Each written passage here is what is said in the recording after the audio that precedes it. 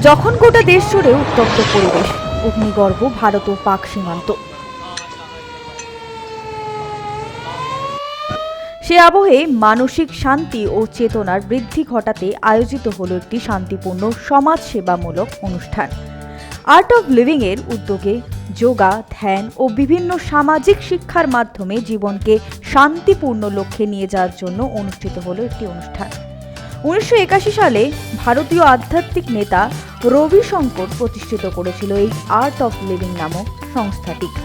Paschimbanga art of living বিভিন্ন ধরনের শিক্ষামূলক বিষয়ে পরিচালনা করে। এর মধ্যে উল্লেখযোগ্য হল হ্যাপিনেস প্রোগ্রাম, সহজ সমাধি ধ্যান এবং স্কাই ব্রিদিং। এই বিষয়গুলি সাধারণ মানুষের মানসিক এবং শারীরিক সুস্থতার বৃদ্ধি ঘটাতে সাহায্য করে। মঙ্গলবার দুর্গাপুরের প্রিয়দর্শনী ইন্দিরা সরণি সংলগ্ন এলাকায় আর্ট অফ লিভিং এর স্রষ্টা রবিশঙ্করের 69তম জন্মদিন উপলক্ষে আয়োজিত হয় একটি বিশেষ অনুষ্ঠান। এই অনুষ্ঠানের উদ্যোক্তা সুমন্ত কুমার রায় জানান, অনুষ্ঠানের মূল উদ্দেশ্য হল হঠাৎ করেই কোনো সংঘর্ষের পরিস্থিতি না নিয়ে দেশকে সুখ ও শান্তির বার্তা দেওয়া।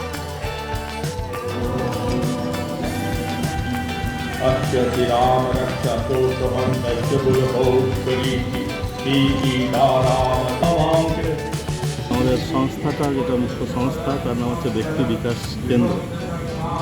ব্যক্তি বিকাশ কেন্দ্রের মূল প্রতিষ্ঠাতা বা আর্ট অফ লিভিংয়ের মূল প্রতিষ্ঠাতা পরম পূজ্য গুরুদেব শ্রী শ্রী রবিশঙ্করজির 69তম জন্মদিন। আমরা প্রত্যেক বছরই এই জন্মদিন পালন করি, কিন্তু আপনি জানেন যে এখন দেশের যে অবস্থা, একটা যুদ্ধের আবহে আমরা সেভাবে পালন করতে না পারলেও প্রায় 2-3 হাজার লোক নিয়ে করার চেষ্টা করছি। অন্য বছর 5 থেকে 6 হাজার লোক এখানে আসে, খাওয়া দাওয়া করে, বিভিন্ন অনুষ্ঠানে সামিল হয়।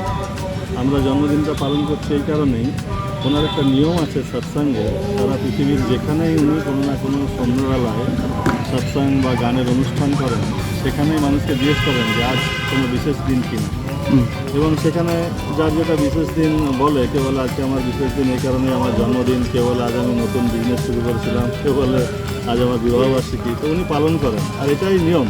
সৎসঙ্গে ধ্যান জ্ঞানের পর এভাবেই উনি সারা বছর আমাদের ভালো দিনগুলো পালন করেন। এক নিমেষের মধ্যে আমাদের সাধারণ একটা দিনকেও উনি মূল্যবান করে তোলেন। সে কারণে ওনার জন্মদিনটাকেও আমরা সারা পৃথিবীব্যাপী জন্মদিন হিসেবে পালন করি, এবং সপ্তাহব্যাপী প্রচুর অনুষ্ঠান হয়। কিন্তু এই যুদ্ধের আবহে যেখানে অনেক সৈনিক মারা গেছে, অনেক পরিবার এখনকার দেশের মানুষকে হারিয়েছে, সেখানে সমবেতী হয়ে আমরা বিশাল আড়ম্বরের ব্যবস্থা করিনি, কিন্তু তার জন্মদিন যেন আমাদের পালন না করলেই নয়। এদিন 99 গ্রুপ অফ কোম্পানিজকে ধন্যবাদ জানান আর্ট অফ লিভিং এর সদস্যরা। আমাদের জন্য কভার করতে এসেছেন, আমাদের অনুরোধ আপনারা গুজরাটের প্রসাদ কিন্তু অবশ্যই নিবেন। আরও একবার চ্যানেল 99কে অজস্র ধন্যবাদ। সমরেন্দ্র দাস, 99 নিউজ বাংলা, দুর্গাপুর।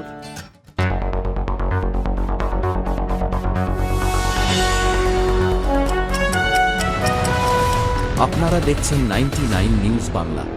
বদলাবো আমরা।